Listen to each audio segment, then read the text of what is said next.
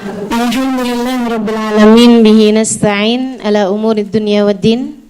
Wassalatu wassalam ala ashrafil anbiya wal mursalin sayyidina wa maulana Muhammadin wa ala alihi wa sahbihi ajma'in. Subhanaka la ilma lana illa ma 'allamtana innaka antal alimul hakim. Rabbi shrah li sadri wa yassir li amri wahlul 'uqdatan min lisani yafqahu qawli, amma ba'du. Alhamdulillah, saudari-saudariku sekalian yang berkumpul di majelis ini, mudah-mudahan Allah Subhanahu wa taala turunkan hujan rahmatnya bagi kita sekalian. Mudah-mudahan Allah karuniakan ilmu yang bermanfaat, ilmu yang menjadi penyebab kebaikan kita dunia dan akhirat, ilmu yang menjadi penyebab kedekatan kita dengan Allah Subhanahu wa taala, kedekatan kita dengan baginda kita Nabi besar Muhammad sallallahu alaihi wasallam, dan kedekatan kita dengan jalan surganya. Amin ya rabbal alamin. Kita hari ini mau belajar mengenai silaturahmi. Gitu ya. Mengenai bagaimana perlakuan kita dengan kaum kerabat kita. Saudaraku sekalian saya muliakan, sebelum kita mulai, judulnya, temanya kerabat adalah tali Allah.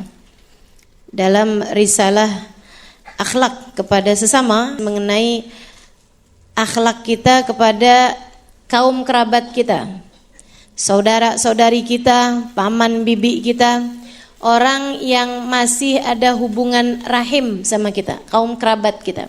InsyaAllah mudah-mudahan jadi penyebab baiknya kita terhadap kehidupan kita di dunia sampai di akhirat, insyaallah.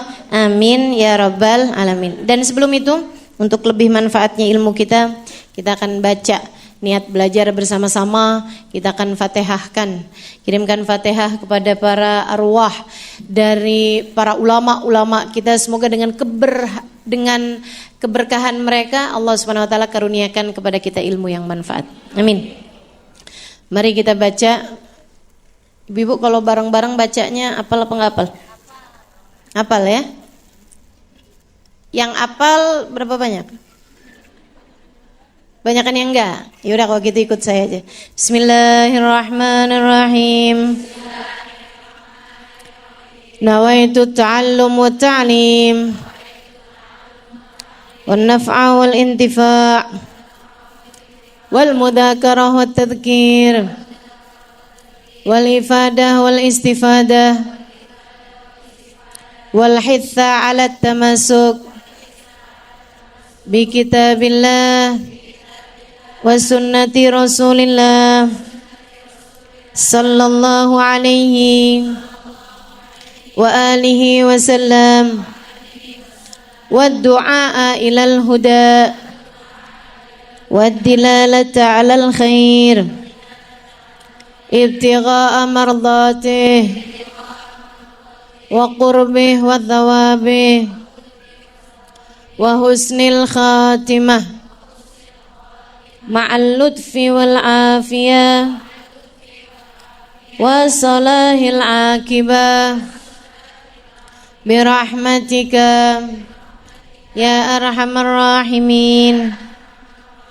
Ila hadratin Nabi Muhammad sallallahu alaihi wasallam wa alihi washabihi wa azwajihi wa ahli baiti wa sallam min jamil anbiya wal mursalin wa qurni ajma'in wa nususan sayyidil muhajirin Allah Muhammad bin Isa fakil muqaddam Muhammad bin Ali Balawi sayyidil habib Abdullah bin Abu Bakar al-Aidarus fakhril wujud Syekh Bakar bin Salim wa usulim wa furim thumma ila ruhil Imam al-Ghazali Muhammad bin Muhammad al-Ghazali atusumma ila ruhi sahib ratib Abdullah bin al-Haddad Ahmad bin Zain al-Habsyi Habib Ali bin Muhammad al-Habsyi thumma ila ruhi arbatil a'immatil mujtahidin wa muqallidin fi din ulama amilin fuqaha al-muhaddisin wal wal mufassirin wa sadati sufiyatil muhaqqiqin ajma'in anallahu yaghfir lahum wa yarhamuhum wa ya'li darajatin fil jannah wa yanfa'una barakatihim wa asrarihim wa anwarihim wa ulumihim wa nafahatihim fid din wa dunya wal akhirah. Al-Fatihah.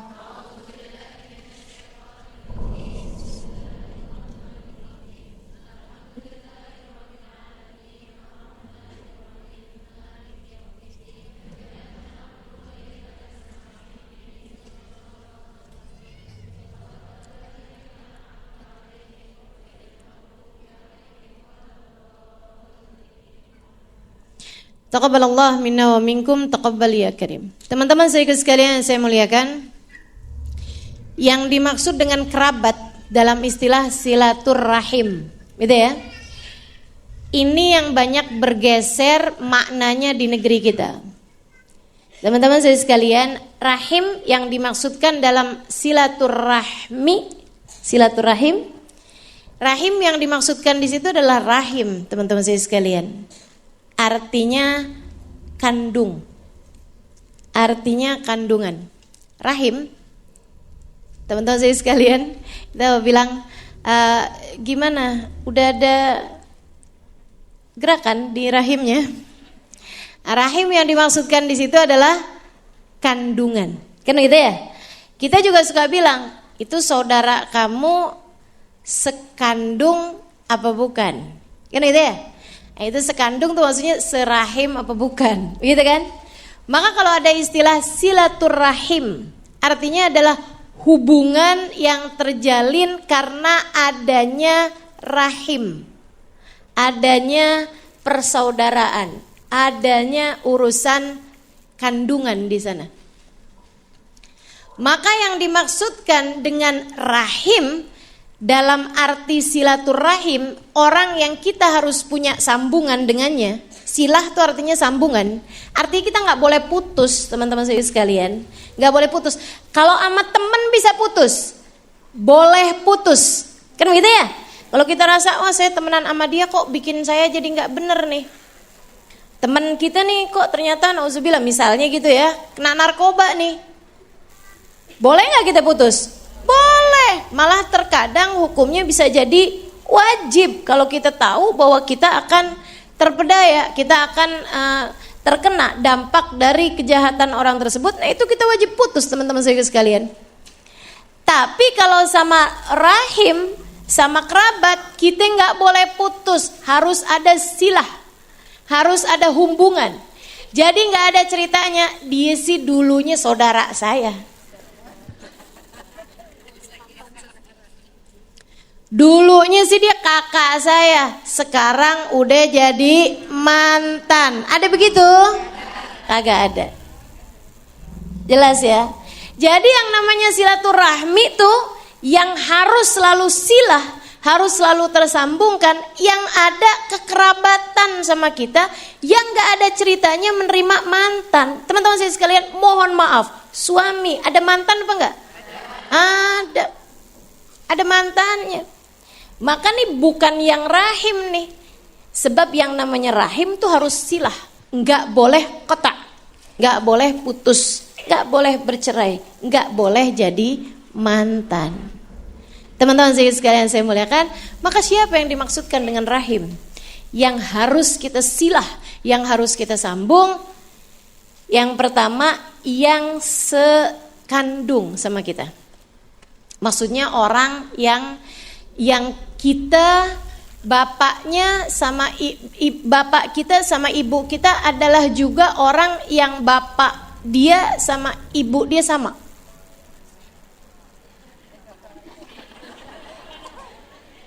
Saya saudara sama dia, cuman lain bapak lain ibu, bukan saudara namanya. Jelas ya, gitu kan?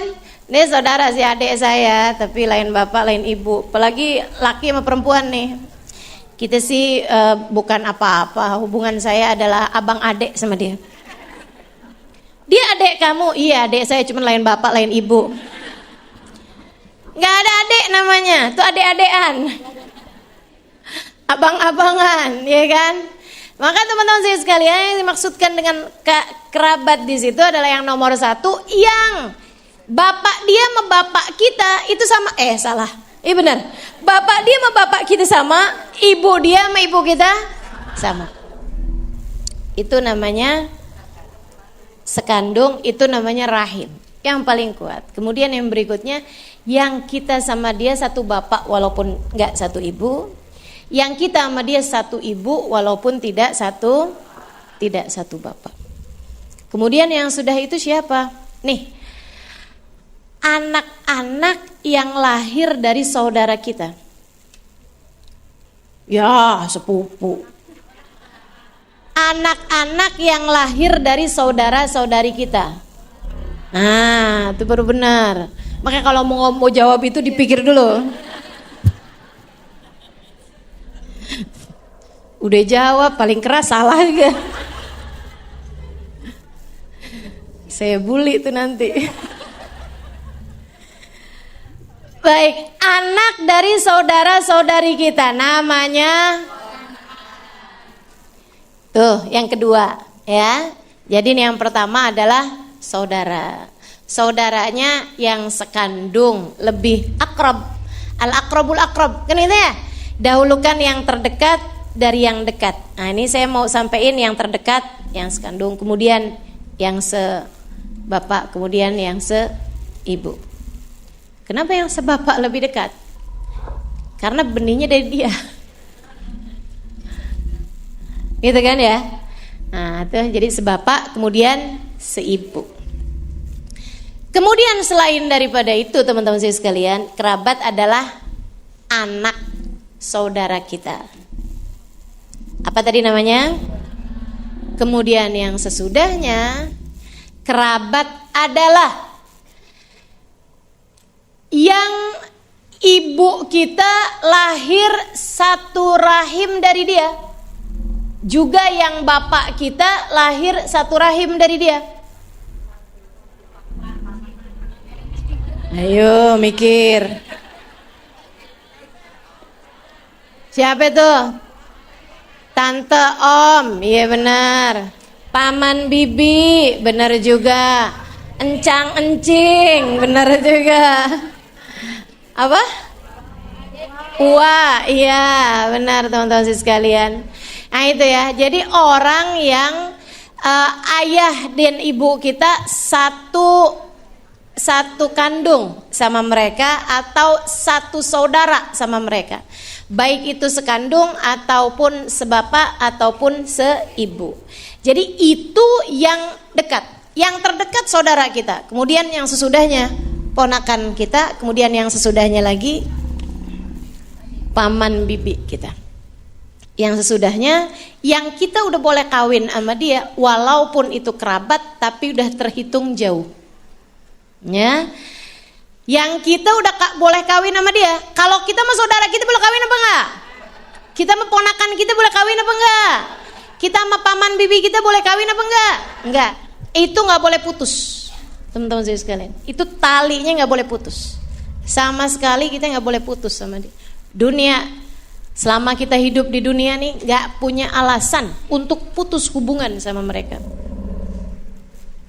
untuk putus hubungan sama mereka, karena alasan apapun nggak boleh.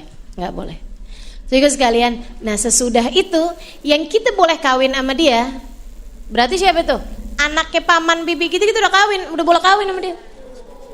Sepupu kawin boleh apa enggak? Boleh. Sepupu jadi suami, gitu ya. Nah, itu boleh. Begitu kan? Walaupun itu kurang baik, teman-teman saya sekalian. Ya, karena hubungannya terlalu dekat. Kalau anaknya sepupu, ah itu udah jauh. Udah jauh tuh. Anaknya sepupu. Jadi anaknya sepupu tuh kayak perkawinannya Sayyidina Ali dengan Sayyidah Fatimatuz Zahra. Itu udah bagus. Maksudnya yang sepupu banget sebaiknya dihindari. Tapi kalau udah yang anaknya sepupu, nah itu nggak apa-apa. Bagus itu.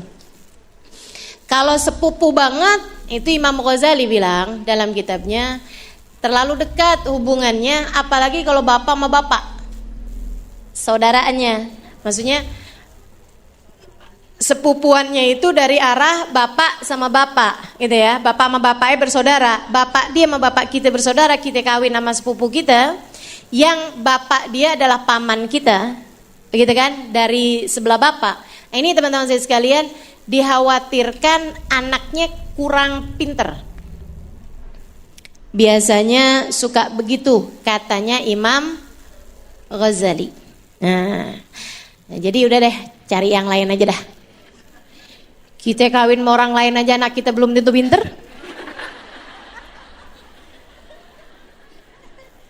Benar nggak?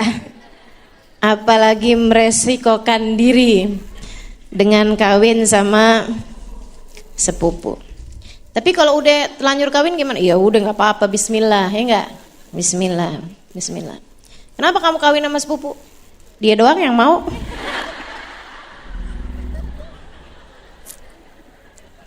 Ya udah, pemudi KT ya nggak? Teman-teman sekalian, nah ini nih, jadi itu yang namanya kerabat, ya. Selalu saja ayat-ayat yang bercerita atau hadis-hadis yang bercerita tentang silaturahmi, yang dimaksudkan dengan rahim di situ adalah kerabat. Jadi sekalian. Jadi kalau misalnya urusannya sama temen, urusannya sama tetangga, ibarat kata kita nggak kontak-kontakan sama dia, kita putus hubungan, nggak pernah ketemu, nggak jadi dosa buat kita.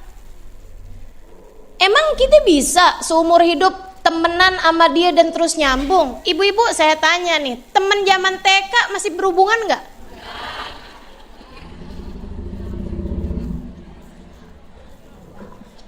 Udah nggak tahu kita.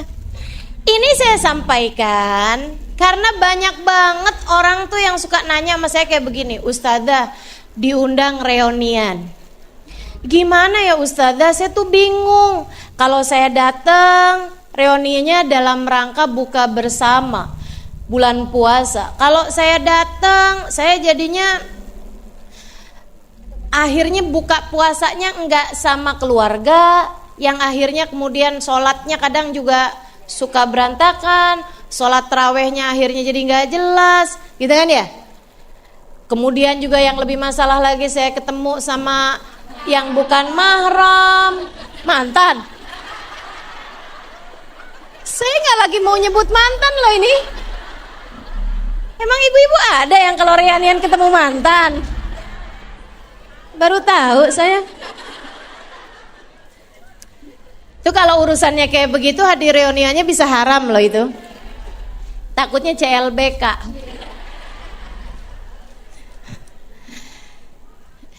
Ustadzah, kalau misalnya saya hadir nih ada banyak mudorotnya. Tapi kalau saya nggak hadir, Ustadzah, kan jadinya mutusin silaturahmi. Ini emang temenmu semuanya kerabatmu? Kan enggak, teman-teman sekalian. Jadi yang namanya silaturahmi itu hanya khusus untuk kerabat kita aja, yang kita harus selalu punya hubungan sama dia, yang tidak menerima mantan, yang tidak menerima bekas, yang tidak menerima ex.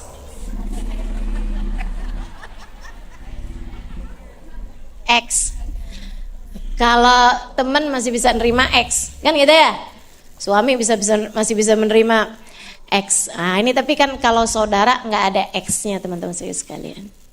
Dia mantan adik saya, mantan bibi saya, mantan paman saya, nggak ada tuh. Mantan ponakan saya nggak ada, teman-teman sekalian. Nah ini. Jadi ini yang disebut dengan silah. Yang kita nggak batal wudhu, jelasnya gitu. Kita sama saudara batal wudhu apa kagak? Enggak. Kita sama sepupu batal wudhu apa enggak? Batal. Oh Allah. Saya bilangin kalau mau jawab tuh dipikir. Kita sama saudara batal wudhu apa enggak? Kita sama sepupu batal wudhu apa enggak? Batal, teman-teman saya sekalian. Kita sama ponakan batal wudhu apa enggak? Anaknya ponakan batal wudhu apa enggak? Enggak batal. Kamu neneknya. Betul kan? Nenek samping namanya kan? Coba diingat-ingat. Nih ya, kita punya ponakan, ya kan ya? Ponakan kita punya anak. Kita berarti siapanya dia?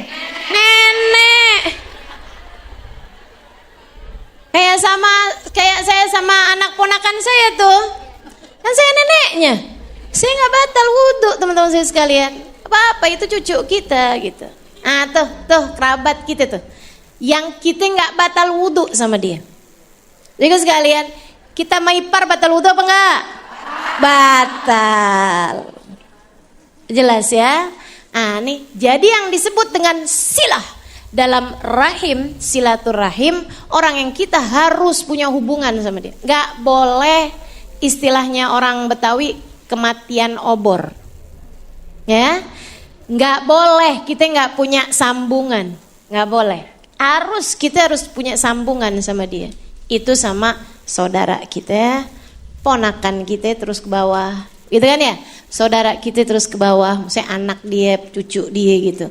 Sama saudara-saudaranya bapak ibu kita. Tuh, rahim namanya. Gak boleh putus karena urusan apapun. Urusan warisan Ustazah, gak boleh putus. Saya sih Ustazah udah gak teguran sama adek saya. Sekalinya ketemu di pengadilan. Urusan apa tuh? Rebutan warisan Ustazah. Ya Allah, ya Allah. Jangan sampai ada di antara kita yang begitu. Ya. Kalau ada yang seperti itu, yuk kita belajaran buat bertaubat. Ini salah satu dari dosa yang jarang-jarang orang taubatin nih. Betul apa enggak? Sekarang saya udah taubat. Dulunya ngapain? Jahatin saudara saya. Gak pernah tuh. Orang tuh seringannya taubat, sekarang saya taubat. Dulunya ngapain? Zina. Dulunya ngapain? Pacaran. Dulunya ngapain? Mabok. Dulunya ngapain? Gak sholat. Kan gitu ya? Dulunya ngapain? Pakai baju ala kadar. Yang ditutupnya dikit doang. Gitu misalnya. Nah ini teman-teman saya sekalian. Ada orang bilang saya berhijrah, saya bertaubat. Kan gitu ya? Nah, tapi dari urusan-urusan yang seperti ini, padahal ini juga merupakan dosa, salah satu dari dosa-dosa yang cukup berat teman-teman saya sekalian.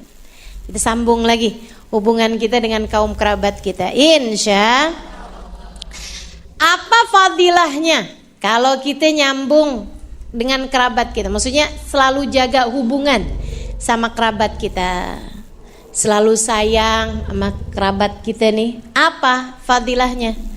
Yang pertama teman-teman sekalian, memperpanjang umur. Nih, memperpanjang umur tuh artinya umurnya bisa panjang gitu Ustazah. Ada yang ngertiin begitu, ada yang ngertiin begitu. Salah satunya dari riwayat yang diceritakan Nabi Muhammad alaihissalam mengenai Nabi Allah Dawud alaihissalam. Jadi Nabi nih teman-teman sekalian cerita dalam salah satu hadisnya, ada Israel ketemu sama Nabi Daud, atau Nabi Daud ketemu sama Israel di salah satu majelis beliau. Nabi Daud ngeliatin Israel nih di pojokan nih, ngeliatin mulu ada seorang pemuda. Habis selesai majelis, Nabi Daud temuin tuh malaikat Israel. Nyeremin bener sih ente. Nabi itu akrab sama para malaikat ya. Kamu nyeremin banget tuh, kesian yang diliatin. Untung dia gak ngeliat balik. Ya kan dia gak lihat. Teman-teman emang ngeliat kalau Israel lagi liatin? Saya ulangin ya. Teman-teman emang lihat kalau pas Israel lagi liatin kita? Kagak, gak tahu aja nih. Malaikat Israel tuh suka liatin, udah pantas belum? Jadi sekalian saya muliakan, katanya Nabi Daud, kesian banget tuh orang kamu liatin pakai begitu. Katanya malaikat Israel kemudian bilang, iya tuh kesian. Kenapa? Pemuda yang duduk sebelahmu itu loh, Daud. Kenapa dia? 3 hari lagi mau mati. Kesian nih masih muda. Saya disuruh nyabutnya nanti 3 hari lagi.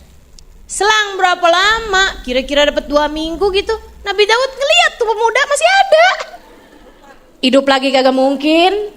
Malaikat Israel lupa gak mungkin. Gak ketemu gak mungkin. Kan gitu ya. Salah nyabut nyawa apalagi gak mungkin. Jadi begitu Nabi Daud ketemu lagi sama malaikat Israel, nanya, Israel, kemarin kan kamu bilang tuh pemuda umurnya tinggal 3 hari lagi. Iya. Terus sepulang dari majelismu itu dia ada ketemu sama bibinya. Dia bawain buat bibinya hadiah, dia kasihin uang, dia kasihin makanan, disambung hubungan sama bibinya. Bibinya di sebuah kampung dia datengin. Dia bilang, dia samperin, disenengin tuh bibinya. Bibinya girang, seneng karena udah gak punya anak. Bibinya tersebut itu. Bibinya doa, minta sama Allah, ya Allah, kalau dipanjang umur seneng dah saya. Gantinya anak saya ya Allah. Allah gantiin berkat silaturahminya dia 3 hari jadi 30 tahun. Nah tuh silaturahim. Ada yang mengatakan bahwa makna panjang umur dalam ayatnya Nabi Muhammad alaihissalam, katanya riwayat Sayyidina Anas bin Malik, hadis rawahul Bukhari wa Muslim, beliau mengatakan, man ahabba an yubsit lahu fi rizqihi wa yunsa fi athari falyasil rahimah. Kata Nabi, siapa di antara kalian yang pengen rizkinya luas dan umurnya panjang, hendaklah dia menyambung hubungan dengan kerabat. Ya. Jadi menyambung hubungan dengan kerabatnya. Itu tadi yang saya maksudkan dengan rahim di situ, saudara, ponakan, paman, bibi. Teman-teman sekalian saya muliakan, nih panjang umur. Ada maknanya begitu, ada juga maknanya enggak sih, umurnya sih enggak bisa panjang lagi. Udah segitu umurnya, udah catatannya tuh. Yang kata Allah, idza ja'ajaluhum la yastakhiruna sa'atan wa la yastaqdimun. Apabila datang ajal seorang nggak bisa nambah, nggak bisa mundur. Nah cerita yang tadi Nabi Daud gimana? Mungkin Israel ngelihatnya di Lauhil Mahfud, sebab Lauhil Mahfud tuh bisa berubah. Yamhullahu ma yasha'u wa yuthbit wa indahu ummul kitab. Kata Allah dalam Al-Quran, Allah bisa merubah atau menetapkan apa yang tertulis di dalam Lauhil Mahfud, sebab Allah lah pemilik Lauhil Mahfud. Tapi yang dari ketetapannya Allah Subhanahu wa ta'ala gak bisa nambah, gak bisa kurang dari umur yang sudah ditetapkan Allah. Maka gak usah minta, maksudnya arti dari panjang umur seperti itu maksudnya adalah barakatan fil umur, berkahnya umur. Karena umur tuh teman-teman saya sekalian gak penting panjang. Yang penting gimana sih berkah? Ziyadatul khair, tambahnya kebaikan dalam umur tersebut. Saya sekalian saya muliakan, ada orang umurnya panjang 90 tahun, tapi 20 tahunnya di atas tempat tidur, mau? Ada orang umurnya panjang tapi buat manjangin daftar dosanya, mau? Enggak. Itu namanya orang yang umur panjang tapi enggak berkah. Kita nih yang kita minta bukan umur panjang teman-teman saya sekalian, tapi umur yang berkah. Sebab ada banyak orang-orang umurnya enggak terlalu panjang, tapi karena berkah tersisa hidupnya panjang di bumi. Namanya masih terus panjang di bumi meskipun orangnya sudah berada di dalam tanah. Imam Syafi'i umurnya waktu hidup cuma 50 tahun, tapi sampai sekarang amaknya masih terus ada, difatihain orang, tempatnya diziarahin orang. Ini gitu. Sayyidah Fatimahuz Zahra, manusia paling agung, perempuan paling mulia. Teman-teman saya sekalian, innaki sayyidah nisa ahlil jannah. Sungguhnya engkau wahai Fatimah pemimpin wanita surga. Ketika meninggal dunia umurnya 29 tahun. Kita udah lewat nih. Nah kita ding saya udah lewat, ibu-ibu apa lagi? Lebih panjang lagi ya. Udah lewat jauh kita. Nah ini makanya yang kita minta adalah barakah dalam umur. Setuju Bu? Jadi Ibu udah mau nih?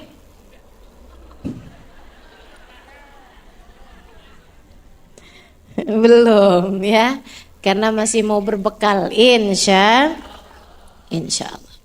Jadi teman-teman saya sekalian saya muliakan, tuh siapa yang kepengen umurnya panjang, baik umur panjang itu memang umurnya yang panjang, seperti pendapat sebagian ulama, atau bisa juga yang umurnya berkah, dua-duanya sama-sama baik, kan gitu ya.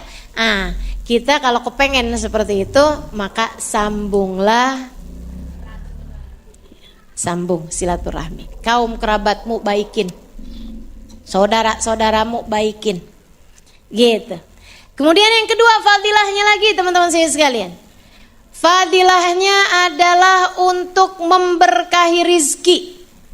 Kenapa sih Nabi nyebutnya urusan rezeki sama urusan umur? Karena ini memang nih yang paling banyak diminta sama hamba-hambanya terhadap urusan dunia. Kita kalau urusan dunia kan banyak minta gitu kan, pengen berpanjang umur, sehat badan, kan gitu. Nih.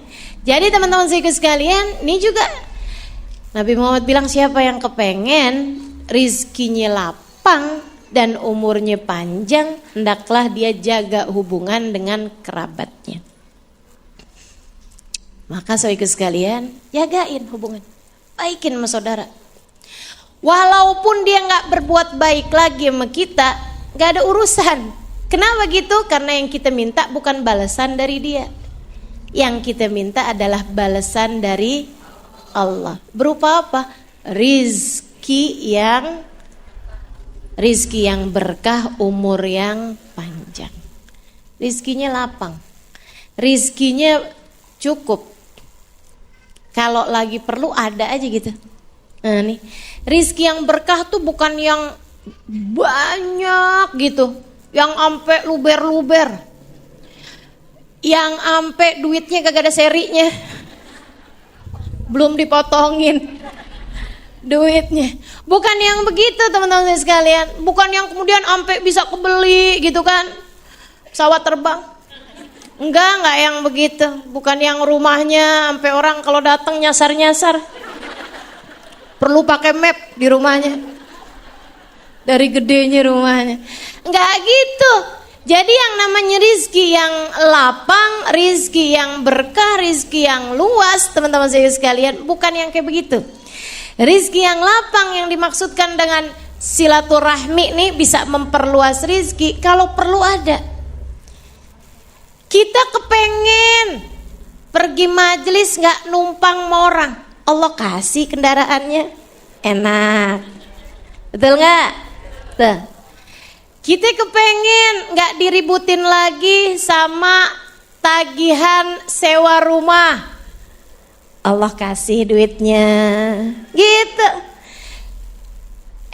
Udah kepengen nih pergi haji, dikasih uangnya, gitu kan? Cukup. Waktunya kita pengen pergi kemana cukup. Aku pengen liburan, kemana? Indomaret. Itu bukan liburan.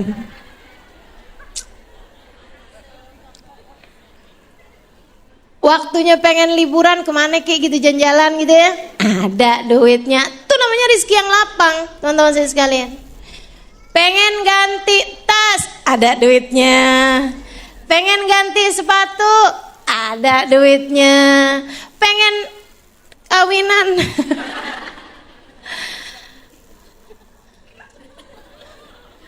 ya, mau ngawinin anak, ya nih kan, pengen bikin pesta buat anak biar seneng, kan begitu ibu ya? Pengen buat cariin bajunya, beliin seperangkat perhiasannya, ada duitnya.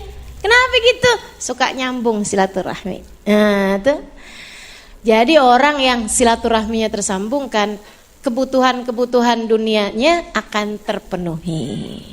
Jadi nggak usah merasa percuma nih, nyambung silaturahmi percuma juga, begitu kan ya? Makanya teman-teman saya sekalian, orang yang kerjanya rebutan warisan ampe susah hidupnya gitu, itu malah kehidupannya jarang ada yang berkah. Coba diperhatiin, kurang aja bawaan. Kenapa gitu? Ya gitu sih orangnya, tukang rebutin warisan orang. Jadi biarin orang aja, kita jangan, gitu ya, kita jangan. Memperpanjang umur, memperbanyak rizki, apalagi dapat rahmatnya Allah Subhanahu wa taala. Bicara rahmat nih yang paling penting. Kita tuh dalam hidup tuh teman-teman sekalian, sebenarnya yang paling penting tuh bukan umur panjang, bukan sehat badan, bukan. Yang paling penting kita dapat rahmatnya Allah. Betul apa enggak? Orang tuh kalau dirahmati sama Allah, apa sih dirahmati sama Allah? Dikasihanin sama Allah. Allah ngelihatnya nggak tega. Orang kalau dikasihanin sama Allah, dirahmati sama Allah, enak terus hidupnya. Gampang terus hidupnya. Begitu, teman-teman saya sekalian. Waktunya ada kebanjiran, Allah karena sayang sama dia, ada aja gitu jalannya. Apa dia nggak kebanjiran? Kan begitu ya? Apa pas waktunya kebanjiran? Apa Bu? Ada aja deh gitu. Pindah rumah. Ya, ada aja cara Allah Subhanahu wa taala mudahin dia gitu. Ada aja. Dan teman-teman sekalian, bicara urusan banjir, mau kaya mau miskin kalau waktunya kena banjir kena juga loh. Dan walau mau kaya mau miskin kalau urusan banjir sumpek juga. Kan begitu ya? Nah itu. Jadi teman-teman sekalian, yang diminta tuh bukan kaya, bukan banyak harta. Bukan, akan tetapi rahmatnya Allah Subhanahu wa taala. Allah kalau udah ngasih rahmat sama seseorang, Allah nggak tega sama dia. Nggak tega. Dalam segala keadaan digampangin, dimudahin, diketemuin sama orang-orang baik gitu. Saat lagi perjalanan, begitu kan ya? Ketemunya sama orang baik-baik terus. Kenapa? Allah rahmat sama dia. Allah kesian sama dia. Begitu kan? Lagi ngapain, Allah kesianin. Sedikit sekalian saya muliakan. Lagi bingung nih sebenarnya belajar nih sama siapa nih ya, yang bisa ngasih ilmu yang benar, bisa ngasih tahu yang benar. Allah ketemuin sama majelis-majelis yang benar-benar. Tapi majelisnya tuh susah, rada jauh, soalnya rumah saya di Bekasi. Majelisnya di Tebet, gitu kan ya? Gimana nih? Ketemu aja sama orang, tetangganya mau ikutan ngaji juga, punya mobil, gitu kan ya? Ayo udah barengan, ada aja teman-teman sekalian. Orang kalau dirahmati sama Allah Subhanahu wa taala, Allah bakal kasih kemudahan. Allah akan kasih kemudahan dalam berbagai macam urusan. Jadi orang kalau kepengen dapat rahmatnya Allah Subhanahu wa taala, Bu, orang kalau dirahmati Allah nih, waktunya sakit ketemunya sama dokter yang baik. Kan begitu? Ketemunya sama orang-orang yang mau bantuin. Tuh orang kalau dirahmati Allah, pokoknya urusan apa aja gampang. Apa aja senang, apa aja enak buat mereka-mereka yang mendapatkan rahmatnya Allah. Nah Allah kasih karunia rahmatnya Allah Subhanahu wa taala tersebut buat orang-orang yang menyambung hubungan silaturahmi. Allah bakalan kasih pertolongan buat mereka yang selalu menyambung silaturahmi. Ada seorang sahabat, dia bilang, "Ya Rasulullah, saya ini Rasul baik sama saudara saya, tapi dia nggak baik sama saya." Aduh, nih curhat. Jadi tuh ceritanya curhat di zaman dulu tuh ya. Orang tuh udah kenal curhat dari Nabi sampai ke ulama, kerjanya curhatin aja. Dia bilang, "Wahai Rasul, saya ini udah baik sama saya punya saudara, tapi dia nggak baik sama saya Rasul. Saya ngebantuin dia, nyenengin dia, dia malah ngomongin saya di belakang, kagak enak dah saya.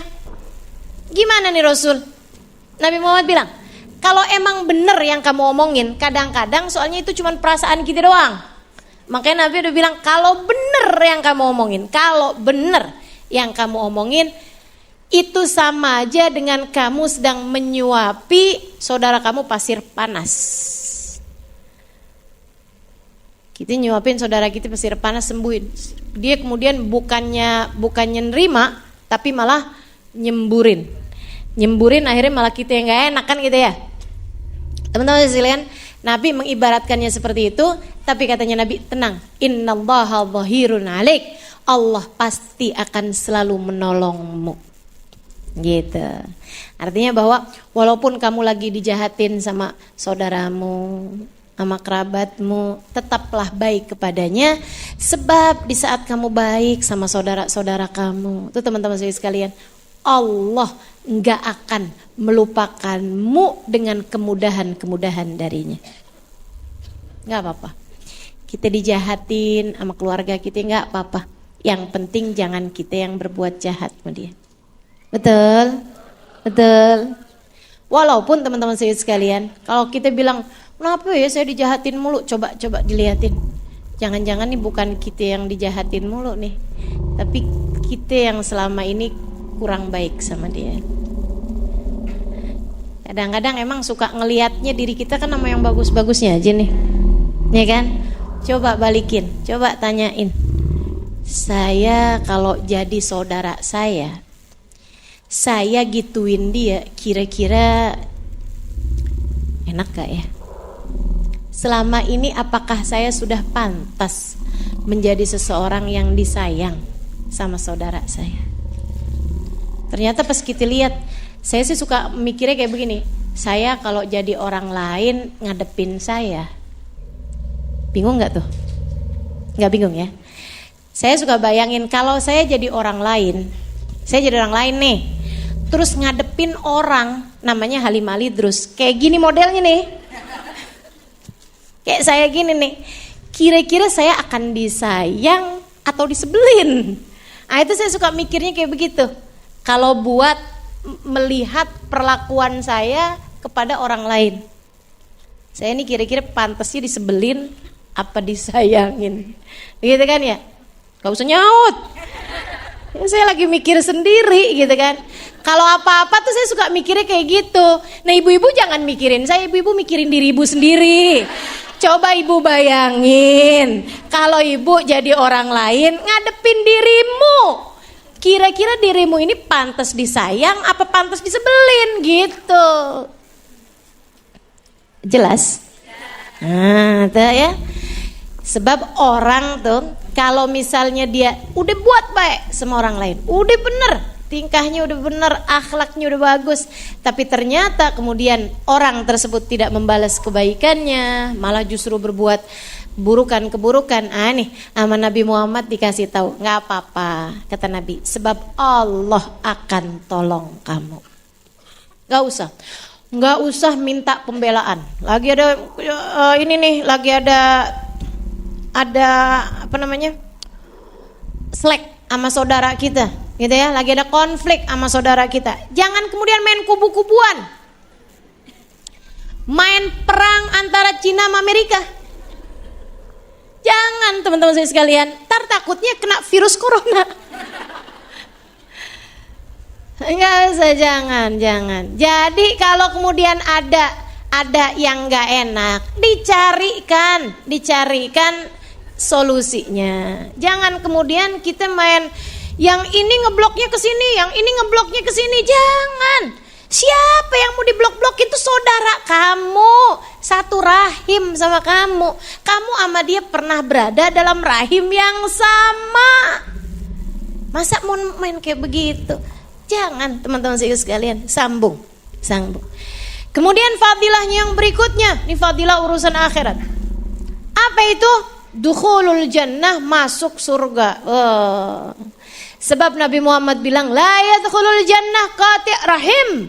Allah gak akan masukin ke dalam surga orang yang selalu memutuskan silaturahmi, yang putusin silaturahminya dengan kaum kerabatnya, dijahatin keluarganya, dia gak mau kenal saudaranya, putus hubungan sama saudaranya atau sama bibinya, sama pamannya, sama ponakannya, begitu ya. Nah ini teman-teman saya sekalian, Allah gak akan masukin dia ke dalam surga. Na'udzubillah min dzalik. Kemudian yang terakhir dari fadilahnya silaturahmi adalah, teman-teman saya sekalian saya muliakan, bakalan disambung hubungannya sama Allah. Innar rahim yata'allaq fima baina sama wal ard. Sesungguhnya rahim nih bergantung antara langit dan bumi. Tali hubungan silaturahmi ini bergantung antara langit dan bumi. Dan dia berkata, ya Allah, siapa yang menyambungku, sambungkanlah dia. Ya Allah, siapa yang memutuskan aku, maka putuskanlah dia. Dan teman-teman sekalian, kalau udah diputus sama Allah, ya Allah, kebayang kalau udah putus tuh kayak gimana rasanya? Nggak punya hubungan, Tapi bukan sama orang, sama Allah Subhanahu wa taala. Allah putusin. Aku enggak peduli deh sama kamu. Ya Allah, serem bener. Kalau dia susah, Allah enggak mau bantu. Kalau dia dalam keadaan apapun, Allah enggak peduli. Kesian. Hatinya selalu sengsara, hidupnya selalu menderita. Masya Allah. Walaupun kadang duitnya banyak, tapi ini hatinya enggak tenang terus-terusan. Kenapa? Allah udah putus hubungan sama dia. Dia kirain tuh hatinya gak seneng karena dia kurang banyak jalan-jalan keluar negeri. Waduh, di jalan mulu tuh keluar negeri. Ternyata sampai di luar negeri sama aja ya, hatinya sumpek lagi. Masalahnya bukan karena kurang banyak jalan-jalan, tapi masalahnya karena Allah udah putusin talinya dengan orang tersebut. Kenapa dia putus talinya sama Allah? Karena dia memutuskan talinya sama saudaranya. Karena dia memutuskan hubungan dengan kaum kerabatnya. Nah nih, makanya teman-teman sekalian, ya kita kepengen biar Allah Subhanahu wa taala tolong kita kepengen biar Allah kasih berkah harta kita pengen biar Allah kasih berkah umur kita pengen Allah Subhanahu wa taala selalu merahmati kita dimanapun, dan nanti kelak di hari akhirat Allah masukkan kita ke dalam surga. Untuk semua fadilah-fadilah besar-besar tersebut, sambung kekerabatanmu, sambung hubungan dengan saudara-saudarimu. Insya. Caranya gimana sih? Nah nih, yuk kita pelajarin. Gimana caranya nyambung hubungan tali silaturahmi nih? Sama saudara kita tuh mestinya perlakuan kita kayak gimana? Teman-teman sekalian, 3 aja dah biar gampang ngingetnya. 1 takwa, 2 cinta, 3 doa. Nah nih, gampang. Akhirannya A semua. 1 apa tadi? 2 apa? 3 takwa, cinta, doa. Nih 3 hal teman-teman saya sekalian. Yang pertama takwa. Kerjain perintah Allah, jauhin larangannya. Sama saudara kita, takwalah kepada Allah Subhanahu wa taala. Ada atau tidak adanya dia. Jangan sampai di saat kita lagi barengan sama dia, kita sanjung-sanjung saudara kita puji-puji saudara kita, giliran kita nggak di depan dia, kita omongin dia. Itu namanya kamu tidak bertakwa.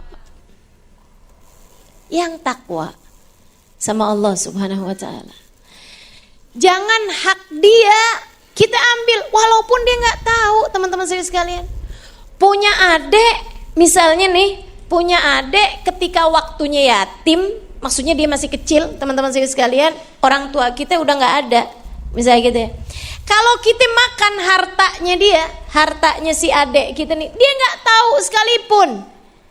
Akan tetapi teman-teman saudaraku sekalian, dia tahu, dia nggak tahu, Allah tahu, maka bertakwalah kepada Allah dalam urusanmu dengan kerabatmu. Dia nggak tahu nggak apa-apa, Allah tahu. Saudariku sekalian, bertakwalah kepada Allah. Berbuat baiklah, nggak dihargai, nggak apa-apa, karena masalahnya bukan antara kamu sama dia, antara kamu sama Allah Subhanahu wa taala. Begitu ya, yang takwa sama Allah. Jagain aturan-aturan yang Allah Subhanahu wa taala kasih. Tahukah dia? Tidak tahukah dia? Tetap aja Allah Maha tahu. Allah Maha tahu. Lagian ya teman-teman sekalian, kalau bukan kita yang nyayangin saudara-saudara kita, siapa lagi? Apalagi kalau orang tua udah nggak ada. Kan begitu? Yang orang tuanya masih ada aja kayak saya gitu. Saya ngerasanya tuh kalau bukan saya yang nyayangin saudara, siapa lagi? Betul apa enggak? Adik-adik saya, kakak-kakak saya, paman bibi saya, ponakan-ponakan saya. Kalau bukan kita yang nyayangin, siapa lagi? Kalau kemudian dia enggak dapat kasih sayang kita, saudaranya, takutnya dia fakir kasih sayang. Orang yang fakir kasih sayang gak bisa nyayangin orang lain. Makanya nyusahin mulu. Halo? Kenapa ya Ustaz? Ada orang tuh ya ampun nyebelin banget. Kayaknya tuh dia selalu merasa dirinya tuh paling sengsara, paling susah, paling begini, paling begitu. Gitu. Aduh ya ampun susah banget dihadapinnya. Tahu kenapa? Karena dia orang yang kurang kuota kasih sayangnya. Ini teman-teman kalau urusan kuota ini langsung ngerti nih. Jadi kurang kuota kasih sayang, jatah kasih sayangnya dia kurang. Gimana dia mau bisa memberi kasih sayang kepada orang lain kalau dianya sendiri kurang? Makanya karena dia sendiri kurang kasih sayang, akhirnya kemudian dia nggak bisa nyayangin orang, teman-teman saya sekalian. Karena dia sendiri kurang jatahnya. Kasih sayang itu seperti zakat. Baru bisa kamu kasihkan kepada orang lain, kamu tebar kepada orang lain kalau kamu sendiri punya lebih dari nisabnya. Saudara-saudari kita, kuota kasih sayangnya dari siapa kalau bukan dari kita, kalau keluarganya? Betul. Anak-anak kita, kan kuota kasih sayangnya dari kita. Saudara-saudari kita, kasih sayangnya dari kita. Jadi kalau ngelihat anak kita nyebelin banget, nggak bisa sayang sama orang, berarti kurang kasih sayangnya. Kamu jangan marahin dia, marahin diri sendiri. Nih saya kurang nih ngasih kasih sayang sama dia nih. Kok bisa nih anak kita kayak begini modelnya? Maka teman-teman sekalian saya muliakan, kuota kasih sayang dari saudara-saudari kita, kita ikut ambil bagian untuk memenuhinya. Jangan malah minta kuotanya dipenuhin sama saudara kita. Kita cukup dewasa untuk berusaha menebarkan kasih sayang kepada orang lain, bukan sebaliknya. Insya Allah. Gitu ya teman-teman saya sekalian, begitu. Itu satu. Jadi muamalahlah kepada saudaramu dengan takwa. Yang kedua, muamalahlah pada saudaramu dengan cinta. Gimana sih cinta? Ya disayangin, yang tua dihormatin, yang kecil disayangin, sama keluarga kita dihargain, disambungin, yang kurang ya ditambahin. Kurang apaan? Macem-macem. Bisa kurang uang, bisa kurang ilmu, ini gitu ya. Bisa kurang apa lagi? Kasih sayang tadi, tambahin gitu. Kasih perhatian sama saudara gitu. Jadi sekalian kayak perlu deh. Apalagi nih udah tua-tuaan gini kan kadang tinggal jauh-jauhan. Betul enggak? Kayak perlu sekali-sekali gitu kan kamu telepon saudara kamu. Sekedar nanya kabar aja. Biasanya memang kalau enggak biasa ngerjain kayak begitu, orangnya suka nanya, "Ada perlu apa nih?" Itu. Halo. Betul. Teman-teman sekalian saya muliakan. Nah, kalau dia nanya kayak begitu bilang, "Enggak ada apa-apa, cuman kangen." Tuh. Kerjain insya sama saudaramu, sama kakak adekmu. Teman-teman sekalian, teleponin. Kalau enggak, temuin. Bawa hadiah, kan gitu kan? Ada apaan sih nih? Kayak orang mau lamaran aja, pakai segala seserahan. Bilang sama dia kangen, masya Allah. Kemarin tuh pas lagi belanja ada kelihatan kerudungan nih, kayaknya cakep nih buat kamu nih, gitu kan ya? Kemarin tuh pas lagi nih kayaknya saya kelihatan ada ini, kayaknya kamu suka nih kan, ini makanan kesukaan kamu. Girang teman-teman sekalian, seneng. Orang digituin seneng. Maka yuk kita jangan berbuat kayak begitu sama orang kalau ada maunya doang. Iya kan? Sama saudara kita ada maunya juga. Maunya kita nggak kelihatan. Maunya kita rahmatnya Allah. Maunya kita kasih sayang Allah. Maunya kita pertolongan Allah. Maunya kita biar kita lapang rizki, biar kita panjang umur. Banyak maunya noh, banyak maunya. Maka kerjakan yang Allah Subhanahu wa ta'ala mau. Kerjain, insya. Tunjukin cinta, teman-teman sekalian. Tunjukkan cinta. Dan orang tuh bahasa cinta itu memang beda-beda sih ya setiap orang. Ada yang bahasa cintanya dengan kata-kata. Kayak yang saya pernah sampein dalam urusan anak. Bahasa cintanya orang tuh termasuk anak kita, suami kita, saudara-saudari kita, orang-orang yang kita sayang itu teman-teman sekalian, bahasa cintanya beda-beda. Ada yang bahasa cintanya dengan kata-kata. Nah kalau kayak begitu, kita lihatin nih saudara kita nih, oh dia bahasa cintanya dengan kata-kata. Sampaikan kepadanya kata-kata yang bagus-bagus, yang manis-manis, gitu kan? Ya Allah, saya tuh beruntung banget deh punya saudara kamu, gituin, gitu ya. Tapi itu bohong Ustazah, karena saya nggak merasa kayak gitu. Kalau kamu merasa kayak begitu, kamu harus bertanya sama dirimu, kenapa kok bisa nggak merasa beruntung punya saudara dia? Jangan-jangan dia juga merasa kayak begitu sama kamu. Kan itu ya. Saudaraku sekalian saya muliakan, sampaikan bahasa-bahasa yang indah sama saudaramu itu. Saya beruntung punya saudara seperti kamu. Ya ampun, kalau nggak ada kamu kayak susahnya kayak apa nih saya? Gitu kan ya? Susahnya apa? Pasti susah banget nih saya kalau nggak ada kamu, masya Allah. Gituin teman-teman saya sekalian. Saudaramu perlu dengar kayak begitu. Saudaramu perlu dengar kayak begitu. Saya kangen, saya sayang. Kamu adalah saudara terbaik yang saya punya. Begitu kan ya? Jangan terus banding-bandingin sama yang lain-lain. Kalau sama dia itu saya kurang gimana? Wah tuh, jangan gitu. Maksudnya sampaikan bahasa-bahasa yang indah. Kalau bahasa cinta dia adalah bahasa kata-kata. Ada juga yang bahasa sentuhan, gitu kan ya? Kita punya adik tuh seneng kalau disentuh, seneng dipelukin, gitu kan ya? Misalnya gitu.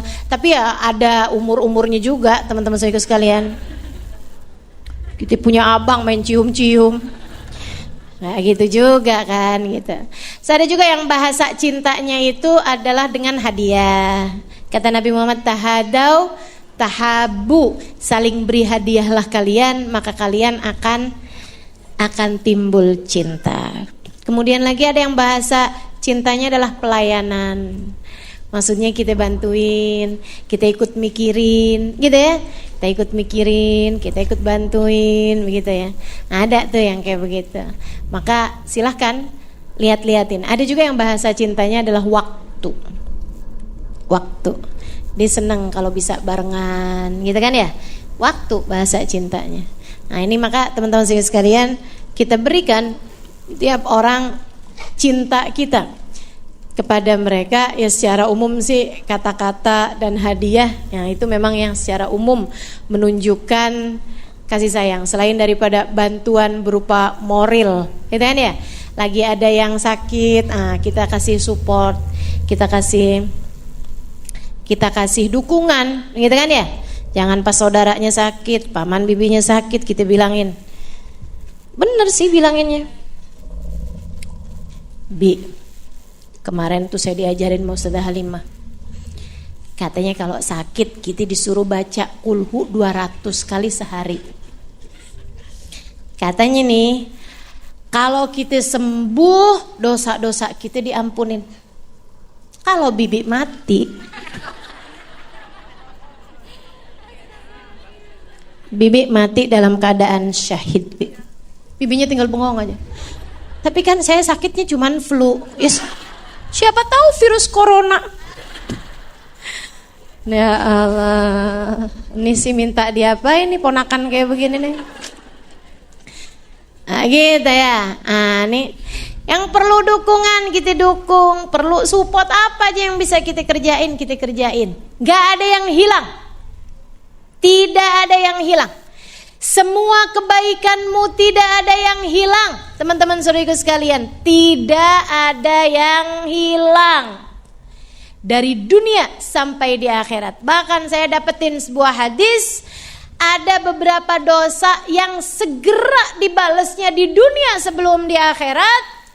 Uququl walidain, durhaka orang tua.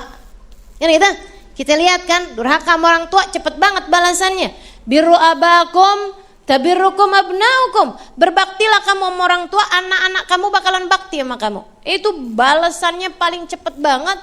Mau dosa, mau pahala sama aja, sama-sama cepetnya. Bakti sama orang tua dibalas sama Allah Subhanahu wa taala dengan segala kebaikan di dunia. Durhaka sama orang tua cepet banget dibalas sama Allah Subhanahu wa taala dengan kedurhakaan. Yang kedua, teman-teman saudara sekalian, dosa yang dipercepat balasannya di dunia sebelum di akhirat, al-zulm, kezaliman.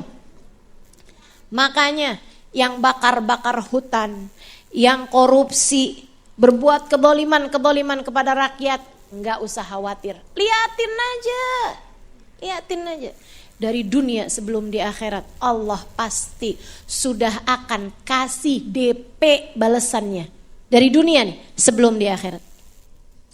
Itu yang segitu bahayanya, segitu kita lihat kehidupannya enggak enaknya luar biasa. Disebabkan karena kezalimannya kepada orang, karena korupsi dan lain sebagainya, teman-teman saya sekalian. Nih baru dunia kita lihat, ya Allah sengsaranya, naudzubillah, tuh baru DP. Gak nyampe 2,5%. Di akhirat lebih lagi balasannya, naudzubillah min dzalik. Yang ketiga, katanya Nabi Muhammad, dosa yang dipersegerakan balasannya dunia sebelum akhirat. Pertama tadi durhaka orang tua, yang kedua kezaliman, yang ketiga silaturahim yang diputuskan. Qat'ur rahim, memutuskan hubungan silaturahim. Disengsarain kamu sama Allah Subhanahu wa taala. Kalau kamu selama ini selalu berbuat jahat sama saudara-saudara kamu. Kesianin diri sendiri. Maka berusahalah untuk berbuat baik sama kaum kerabat kita. Jadi tuh, 1, takwa, 2, sayangin saudaranya. Ini mesti dirubah persepsinya. Kalau selama ini kita sebel mulu sama dia, rubah persepsinya, rubah. Dia adalah kakak saya. Dia adalah abang saya. Kami pernah berada dalam rahim yang sama. Kami dilahirkan sama orang tua yang sama. Dia adalah adik saya.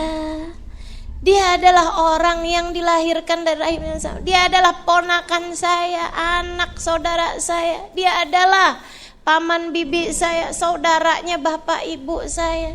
Kalau saya gak bisa sayang sama dia, siapa saya? Ar-Rahimun yarhamuhumur Rahman tabaraka wa ta'ala. Orang yang bisa sayang sama orang lain pasti disayang sama Allah Subhanahu wa taala. Nah, kita jangankan sama orang lain, sama saudara kita enggak bisa sayang, pasti enggak disayang sama Allah Subhanahu wa taala. Maka yuk teman-teman sekalian, berusaha kita sayangin saudara kita. Pandangin wajahnya, sayangin dia, sampaikan kata-kata yang baik. Kalau dia selama ini begitu menyebalkannya, tanyakan pada diri sendiri. Berarti ini kuota kasih sayang saya selama ini belum bisa beri. Kasih kuota kasih sayang tersebut kepada mereka. Penuhi teman-teman saudara sekalian. Sekeluarga bantu-bantu buat penuhin kuota kasih sayang dia. Maka kamu akan lihat nanti. Beri perhatian, beri kasih sayang. Gitu. Insya. Dan yang terakhir, doa. Punya saudara belum mau sholat, doain. Punya saudara jahat sama bininya, doain. Punya saudara gak patuh sama suaminya, doain. Kan gitu ya? Punya saudara, ya Allah, kalau mukulin anak-anaknya, ya ampun, pakai rotan. Doain.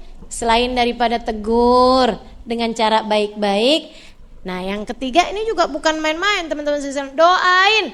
Seperti yang sering saya sampaikan, doa tidak pernah hanya sekedar, ia adalah semua yang kamu perlukan. Doa tidak pernah hanya sekedar. Saya gak bisa ngapa-ngapain kecuali doa. Bukan sekedar, doa tuh gak pernah sekedar. Doa adalah semua yang kita perlukan, teman-teman sekalian. Doa terus. Kita punya saudara gak baik, doain terus.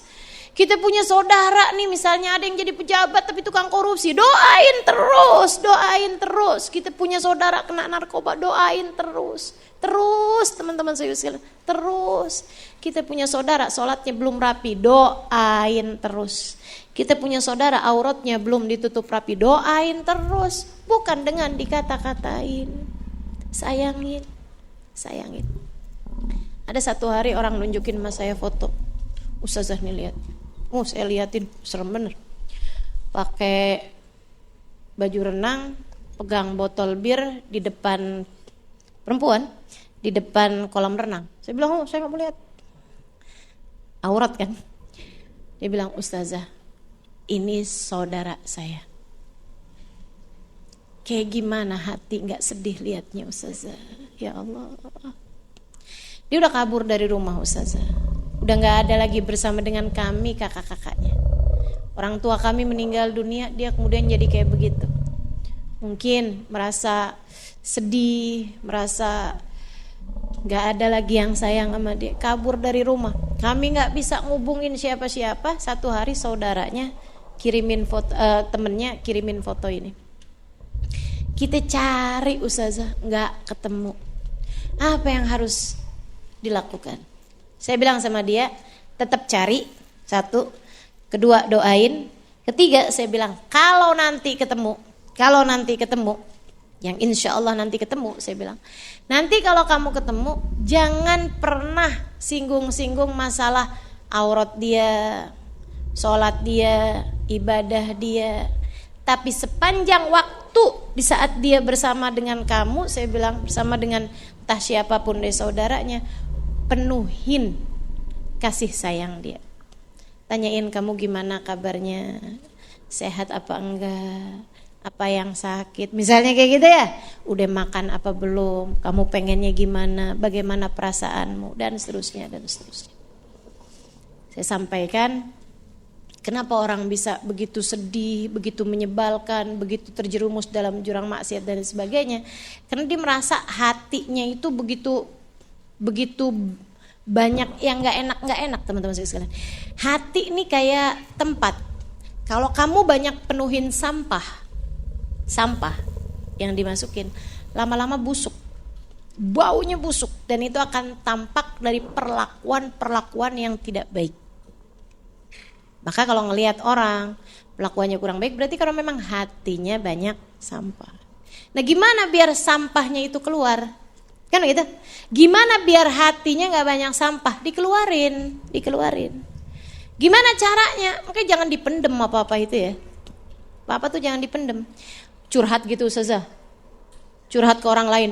Enggak harus kayak begitu. Teman-teman saya sekalian, kalau bisa belajar berilmu biar bisa mengolah perasaan hati sendiri, itu lebih bagus. Kalau enggak, sekurangnya curhat kepada Allah, kepada Rasulullah. Banyak baca sholawat, itu bentuk kamu keluarin apa yang ada dalam hati. Sambilan, Rasul, kok saya sedih banget ya Rasul, tolongin dong Rasul, nih hati biar baik, hati biar benar, gitu. Atau ke Allah, kan gitu ya Allah, nih hambamu nih ya Rabb, kok hati saya kayak gini ya, kok kesel mulu nih, kok ini mulu nih, tolongin ya Allah. Jadi tiap kali ada masalah tuh jangan pendem, akhirnya kemudian jadi numpuk tuh sampahnya, isinya cuma sampah hatinya. Jadi yang dikeluarin hanya sampah. Saudaraku sekalian saya muliakan, dapat berapa bulan kemudian datang lagi sama saya tuh orang. Dia bilang, Ustazah, saudara saya udah ketemu. Saya bilang gimana? Ya Allah Ustazah, sedih banget tuh Ustazah. Jadi nih kami dapat telepon dari temennya dia. Nah pokoknya dah. Katanya kamu saudaranya ini, iya. Gitu kan. Tuh liatin saudara kamu, adik kamu, dia bilang. Dikasih tahu alamatnya. Pergiin. Ternyata itu adalah bekas hotel. Bekas, udah kumuh, udah kusam, udah jadi tempat kosong. Bekas hotel tuh bekas kantor gitu. Jadi satu bangunan yang udah nggak kepake gitu kan. Yang sebenarnya teman-teman sekalian angker gitu. Maksudnya kan kayak Jadi langsung mikir Menara Saidah nih. Bukan. Udah ngomong angker langsung gitu ya.